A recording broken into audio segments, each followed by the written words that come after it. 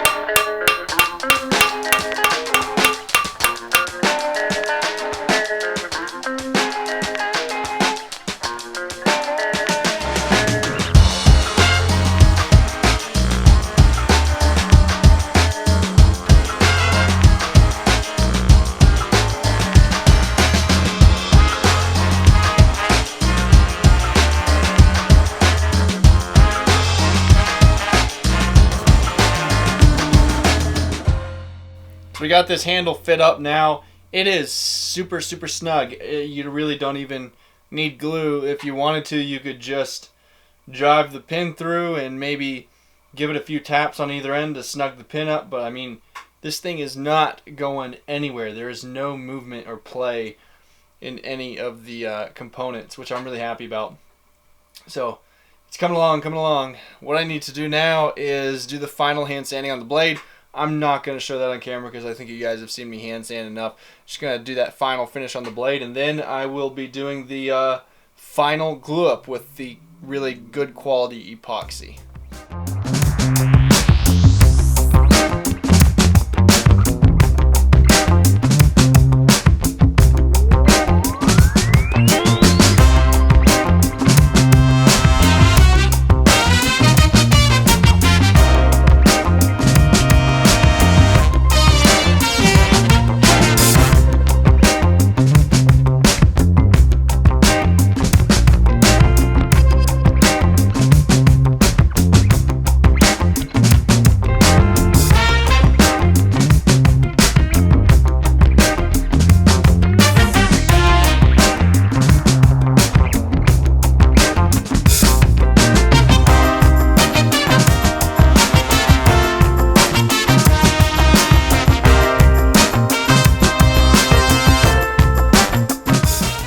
Alrighty, so we'll end it there with that glue curing. Everything went okay. I learned quite a few things from this guard fit up, and this one's not perfect. I actually found out that I have some of those shadows that I was talking about from rolling the shoulder over, and that only happened because I had to go back and taper the tang and sand that tang again after I had cut those guard shoulders, because I made the mistake of not tapering that tang before I cut the guard shoulders. So just things like that I've learned from this experience that I can apply towards the next guard that I do, and just refine, make everything better from here out. So I've learned a lot from this guard already. Oh, and I forgot to mention the handle material on this knife. I chose just desert ironwood. It's a good go-to handle material for really any type of knife, and it should look really great when it's polished out and finished. Please let me know if you learned anything helpful in this video. If you enjoyed the video, please like, comment, consider subscribing, and I'll catch you next time.